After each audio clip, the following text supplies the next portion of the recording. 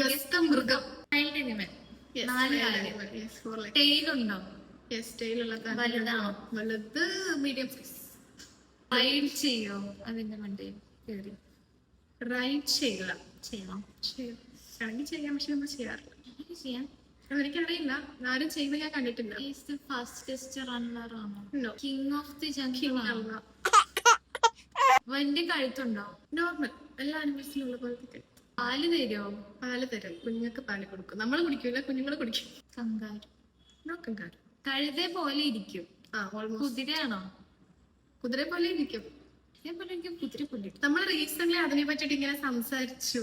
എന്നിട്ട് നമ്മൾ കുറച്ച് മുന്നേ പോലെ അതിനെ കണ്ടു. ഇപ്പൊ പോയോ?